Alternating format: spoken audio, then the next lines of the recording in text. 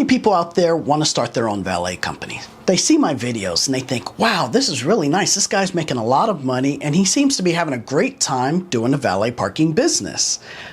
Well, at the same time, I'd like to ask you how many people want to pay for accidents that you guys didn't do? Now, in this industry, we do have these things come up, and next are going to be the accidents that we had to pay for that weren't our fault. But before we get into that, you may sit there and say, hey, Alex, why would you pay for an accident if you guys know you didn't do it? Well, it's kind of complicated, and actually, I could sometimes say it's sort of political. We have these establishments and these relationships with these restaurants and or accounts, and a lot of times they hire us to make these things kind of go away, or they hire us to assume the liability, or they hire us because they don't want to get the fuss inside the restaurant. That's what they hire us. They give them my number and they say, you know what, give Alex a call, he'll handle it.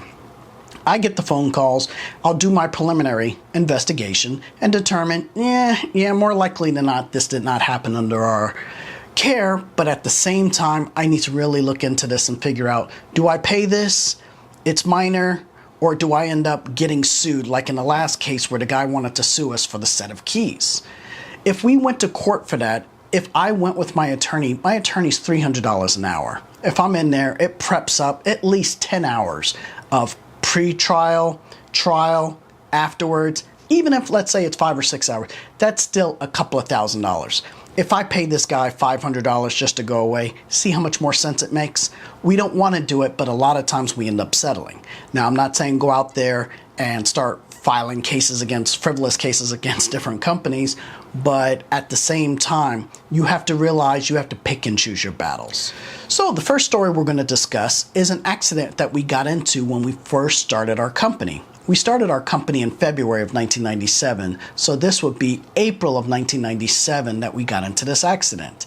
I figured, okay, I had a little bit of money saved up, we were doing good, and number one reason people fail at businesses, yeah, they can start the business, do they have enough money to run the business? So a lot of it's called undercapitalization, which is you don't have enough money to really run the company if problems occur. 2 months later, I had a problem occur. What happened in this case, we had a 1997 Porsche Boxster, first year they came out, so people were really excited with them, and a 1996 Mercedes SL 500, or actually a 500 SL. I don't know, it's one of the two. Either way, what happened, we valet parked the car was parked here, and we actually put the Mercedes in front of it like here. So what happened, after an hour, the Boxster brake decided to release, and it started to roll, boom, hit the Mercedes SL. Now, the irony is they were a husband and wife. The other irony is it was a lot of insurance. I think even though I did my research and found out that Porsche Boxsters did have faulty, let's call them brakes, the hand brakes were not holding over time, it was still our fault because we should have put the car in gear. So that was our first training manual, which is always leave your car, if they're stick shift, in gear.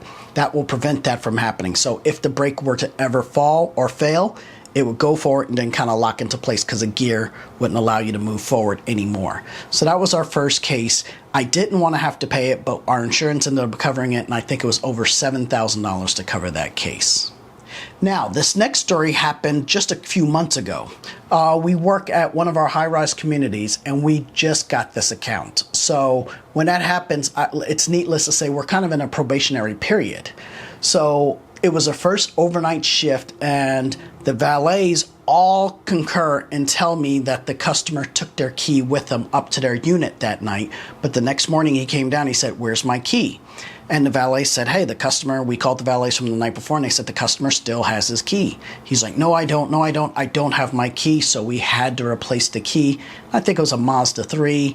It cost $275, but we know we didn't lose that key, and we know the customer has that key, but we had to pay that because this is a brand new account. We're not going to start ruffling feathers on our first or second day.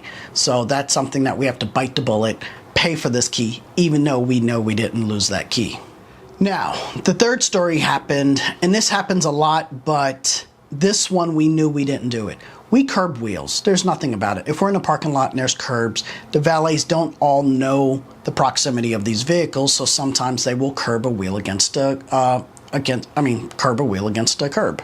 So this one was on the inside, it was on the driver's side, and that never happens. Usually when we curb wheels, it's always the outside. So we know we didn't do it, and also this particular parking lot we were in didn't have any curbs. The only curb that was around was like 400 feet away, and the cars were all over here. We never took them to that area. But this lady was very insistent, and she was actually getting quite rude. But in this particular case, I said, you know what? I'm not going to argue with this lady.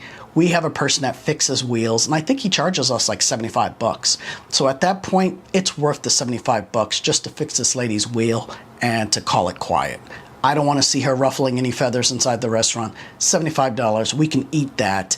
And you know what? I tell her in a kind of a roundabout way, ma'am, you know what? I understand. I completely sympathize with you. In this particular case, I'm going to pay for it. How does that make you feel? And she was very happy about that. I said, you know what? We're even going to do a next step. The guy that we use is mobile, so he can come to your location, fix it in about 5 minutes, and we'll pick up the entire tab. She was more than happy. Now she comes back into this restaurant, and she raves about the valet parking each and every time she comes in. But if I said no, chances are this lady will never come back into the restaurant again, or would she ever use valet because we were rude to her. So it's worth it just to keep the person happy to pay $75. Now, this next one is kind of common, and we spoke about this before. It's the one where we get all these keys, and over time the buttons start to crack. And this was one that was a Mercedes-Benz key, and the person was very difficult again, and the red button cracked. I didn't mean for it to crack. The valet did technically crack it, but that happens with age. So technically it did happen under our care, but at the same time, is it our fault, or is this just a wear and tear item? Either way, we had to, or we didn't have to, because I could have really fought it, but I decided to pay this one. And honestly, it all depends on the day of the month that people reach me. If they get me on a good day and I feel like being sympathetic and empathetic with customers, then yes, definitely, I will pay for this stuff. And we kind of have a budget for that. Even though it's not a technical claim, this is only something that's like a broken key or something like that. Yes, we will replace that. And this is not like a Lexus where I could just replace the shell. This is Mercedes-Benz, so you have to take this whole thing apart and get it reprogrammed, and it gets complicated. So I called my friend who works at the Mercedes-Benz of Buckhead, and he gives me his rate. So I think it was like 300 bucks to replace this key. It's a little bit pricey, but it's worth it. This lady again is happy, and here is the text message that I received afterwards. Now tell me, is it worth it doing certain things like this? This is things that we do to keep good standings in the community. So when things like this happen, I'll ask the lady, hey, can we use you as a reference earlier or later on down the line when we're looking for new business, or if we're trying to get a new restaurant or something like that, and be like, you know what, I don't just want to tell this restaurant the positive things that we do and what we can do. Listen to some of our customers when we do make mistakes. So I'll give them people like this as phone number or ask them for referrals, and they'll definitely do it. So in a sense, that's kind of a shoe-in. And now the final one's kind of difficult. This actually just happened probably a few weeks ago. This lady comes out and says we put a dent in the back of her car. Now, I got very upset with my valet because he did not do PED. Do you remember what PED is? PED is pre-existing damage. This is the walk we do around the car to see if there was any pre-existing damage. So you have to do PED. And that's very important because we have to see if there's any pre-existing damage before that customer goes inside the restaurant, account, or wherever we are. We need to see if there's any type of damage on the side of that car that they will try to blame on the valet. And it happens all the time. Now, in this particular case, the valet didn't do that. Therefore, when that person comes out and identifies a new piece of damage, the valet doesn't know if that damage was there or not. So it's up to me to now come out to the location, do an investigation, and to determine if this could have hit anything in his parking lot. And it gets pretty crazy, and it's now kind of he said, she said, and a lot of times I look at this damage. I had the lady come over to the body shop, and the body shop kind of refers with me and says, hey, Alex, I think this happened, this didn't happen, or something like that.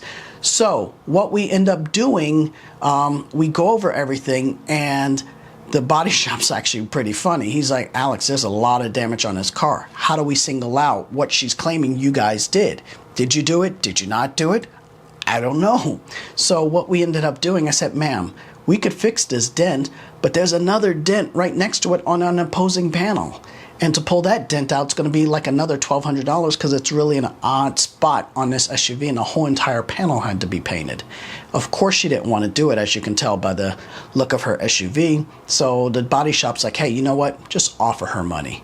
So I offered her, I think, $250 plus I paid for her rental car, and she more than happily accepted. Chances are she has tons of dents on her car. She's going to get a ton more dents. So what is she going to do? Have dents all over her car with a pretty shiny bumper? So that doesn't make sense. But these are some of the stories that we have to pay for, and we really don't want to. So these are the stories. If you enjoyed them, please definitely give it a thumbs up, comment, let us know what your thoughts are, and of course, subscribe if you haven't already done so, and click that notification bell. Thank you very much, and I'll see you next time.